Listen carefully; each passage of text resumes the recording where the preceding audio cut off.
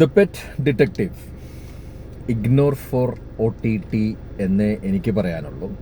വലിയ ചിരിക്കാനുള്ള സംഭവങ്ങളൊന്നും ഈ പടത്തിനകത്തില്ല.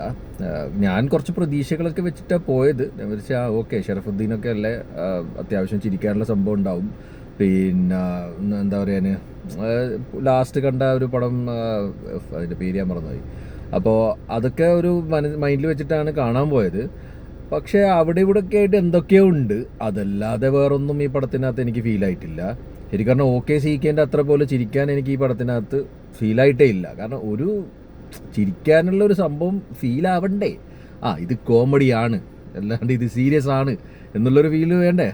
അതൊന്നും എനിക്ക് ഇതിനകത്ത് അങ്ങനെ കിട്ടിയിട്ടൊന്നുമില്ല.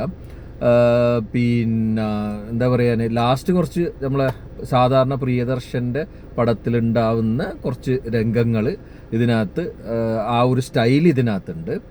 അതല്ലാതെ ഓക്കെ, അഭിനയം വെച്ച് നോക്കുമ്പോൾ എല്ലാവരും അവരവരെ ക്യാരക്ടർ അത്യാവശ്യം നല്ല രീതിയിൽ, വിജയരാഘവനാണെങ്കിലും ഷറഫുദ്ദീൻ ആണെങ്കിലും മറ്റേ പുള്ളിയാണെങ്കിലും എല്ലാവരും നല്ല രീതിയിൽ അത്യാവശ്യം ചെയ്തിട്ടുണ്ട്.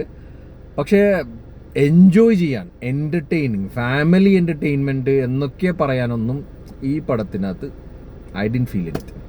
അപ്പോൾ കാണാൻ താല്പര്യമുണ്ടെങ്കിൽ കാണാം, അതല്ലാന്നുണ്ടെങ്കിൽ ignore for OTT the pet detective.